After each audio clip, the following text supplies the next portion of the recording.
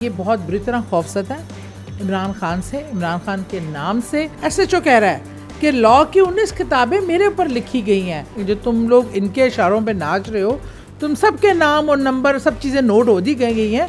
सबसे बड़ा दहशतगर्द ये राना सनाउल्लाह खुद है। ये वही राना सनाउल्लाह है, सानेहा मॉडल टाउन का मुल्जिम है। इमरान खान के बेटे इनको बाहर गए हुए बड़े याद आ रहे थे, तो मुझे बताएं अपने अब्बा को तो बुलवा लें। लॉन्ग मार्च के लिए निकलते हैं तो अगर तब गिरफ्तारी अमल में लाई जाएंगी फिर क्या होगा। अस्सलाम वालेकुम, पब्लिक डिजिटल के साथ मैं हूं फैज़ान चौधरी। गुज़िश्ता रात से जो सूरत हाल है वो सब आपके सामने है। किस तरह पीटीआई रहनुमाओं को जो मुंतखब एमपीएज़ हैं उनको अगवा किया जा रहा है पंजाब पुलिस की जानिब से।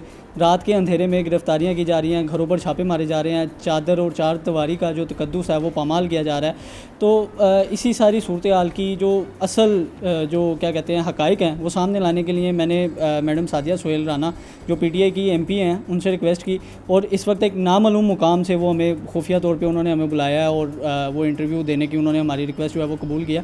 मैम, क्या सूरत हाल है? मतलब एक वीडियो आपके घर से भी वायरल होती है जिसमें कहा जा रहा था कि शायद आपके शोहर जो हैं उनको गिरफ़्तार किया गया, तो इसमें कितनी हकीकत है?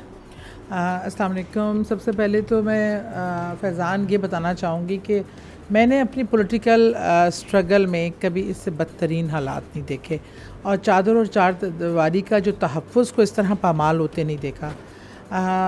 जैसे राना सनाउल्लाह वज़ीर दाखिला बने हैं, इससे पहले चौधरी निसार थे इनके, हमारे धरने हुए ये वो आते थे दरवाजे पे पूछते थे अगर हम मौजूद नहीं हैं तो वो चले जाते थे।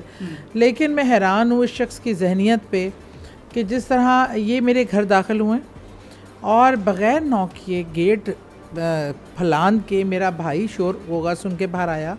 ये पिछले गली में मेरा सर्वेंट क्वार्टर है, वहाँ पे मेरी ख़वातीन जो मुलाजमीन हैं वो घर में रात के टाइम लेटी हुई थी, ये सीधा उनके सरों पे गए हैं। मेरी भाभी जो है उनकी भी डिलीवरी हुई है, वो ऑपरेशन, वो छोटे से बेबी के साथ जो बीमार है इस टाइम मेरे घर पे हैं, ये उनका उस कमरे की भी तलाशी लेनी है। मेरी जवान बेटी घर पे थी, इन्होंने एक कमरा, बाथरूम, कोई और किसी वारंट के बग़ैर, किसी एलिगेशन के बग़ैर, और यही सिर्फ नहीं हुआ, जब मेरा बेटा रात को आया, मेरी जो स्टैंडिंग कमेटी की गाड़ी मुझे मिली हुई है सरकारी, वो गाड़ी वो आए और ज़बरदस्ती छीन के विदाउट एनी रीज़न कि हमें ये गाड़ी, हमने जी गाड़ी गिरफ़्तार कर ली है, ये अल्फाज थे उनके, गाड़ी गिरफ़्तार कर ली है। और उनसे पूछा गया कि आप किस कानून की हैसियत से, मेरे हस्बैंड ने कहा कि तुम ये कौन सा लॉ है, वारंट नहीं है। वो कहता है सारा लॉ मैं खुद हूँ। एसएचओ कह रहा है कि लॉ की 19 किताबें मेरे ऊपर लिखी गई हैं, सारा लॉ मैं खुद ही हूँ। इतना हीरो बना हुआ है, उसको ये नहीं पता है वो एक लेजिस्लेटर के घर घुसा है, खातून लेजिस्लेटर के घर, और चादर और चार आम शहरी के लिए अगर एक लेजिस्लेटर के साथ ये हो रहा है, और जब सेशन हमारा ऑन है और ड्यूरिंग सेशन लेजिस्लेटर का, तो आप गिरफ़्तार भी नहीं कर सकते। फिर इसके बाद हमारी एक पार्टी मीटिंग हो रही थी हमाद अज़हर के घर, मैं भी वहाँ मौजूद थी और हमारी सब मेन लीडरशिप वहाँ मौजूद थी।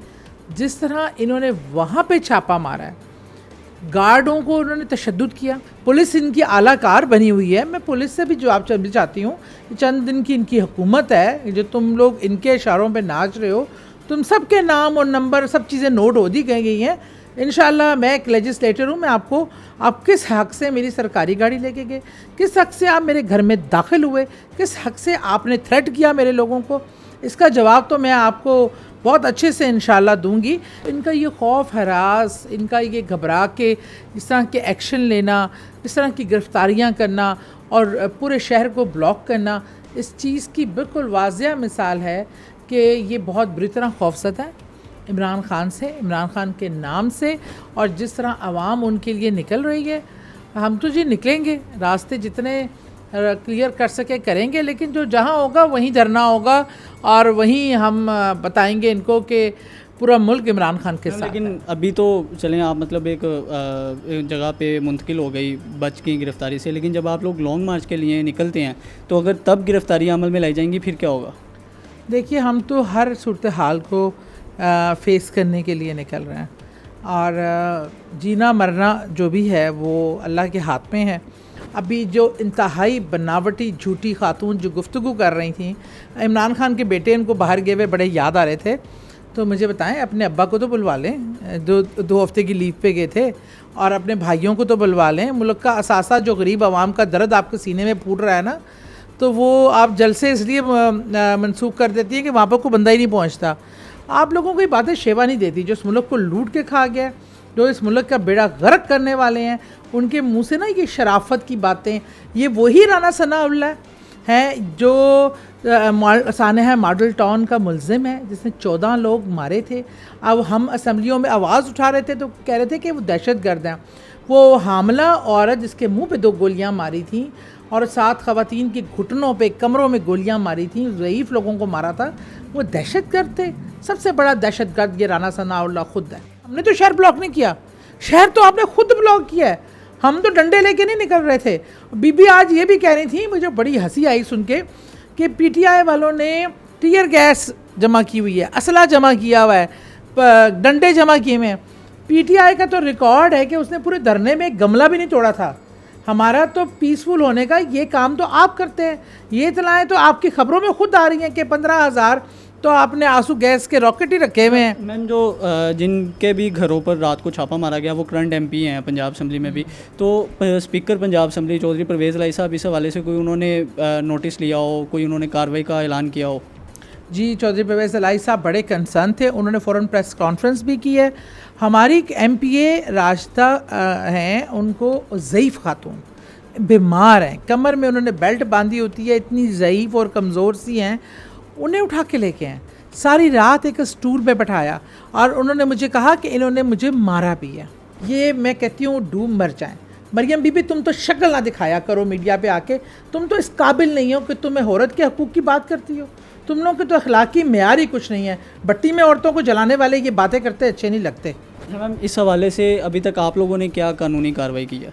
देखिए, उनकी हमने फटाफट बेल करवाई और उनको बाहिफाजत घर पहुँचाया। घरों में रहने नहीं दे रही है, सब अपने घरों से बेघर हुए हैं, छापे मार रहे हैं, बिल्कुल जैसे बावले नहीं हो जाते, इस टाइम बावले हुए हैं।